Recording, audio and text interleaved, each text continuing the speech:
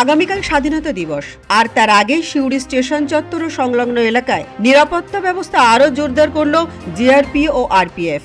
শুক্রবার স্টেশন চত্বর, প্রবেশপথ এবং আশেপাশের এলাকায় মেটাল ডিটেক্টর দিয়ে নজরদারি চালানো হয়। পাশাপাশি স্টেশনে দাঁড়িয়ে থাকা বিভিন্ন ট্রেনেও তল্লাশি চালান জিআরপি ও আরপিএফ এর কর্মীরা। স্টেশনে আসা যাত্রীদের ব্যাগ ও অন্যান্য সামগ্রীও পরীক্ষা করা হয়। কেউ যাতে বেআইনি অস্ত্র, আগ্নেয়াস্ত্র বা সন্দেহজনক কোনো সামগ্রী নিয়ে স্টেশনে প্রবেশ করতে না পারেন তা নিশ্চিত করতেই এই তল্লাশি চালানো হচ্ছে। স্বাধীনতা দিবসের আগে সিউড়ি স্টেশনে এই বাড়তি নজরদারিতে নিরাপত্তা ব্যবস্থা আরও জোরদার হয়েছে। স্টেশনে চেকিং করা হলো।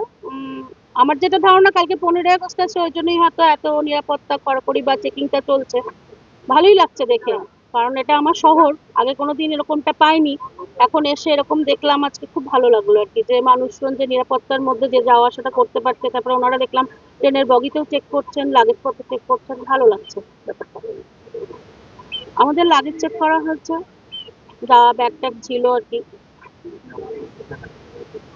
মনে তো হচ্ছে ভালো লাগছে, বললাম তো যে ঠিকঠাকই লাগছে, সবাই সুরক্ষিতভাবে পৌঁছাতে পারবে বাড়িতে, এটা তো আমাদের এটাই কাম্য আর কি, সেটা আমরা পাচ্ছি, ভালো লাগছে। 15 আগস্ট উপলক্ষে আমি সিউড়িতে এসে দেখছি এরকম একটা নিশ্চিত নিরাপত্তা ব্যবস্থা করা হয়েছে, যেটা আমাদের খুবই ভালো লেগেছে।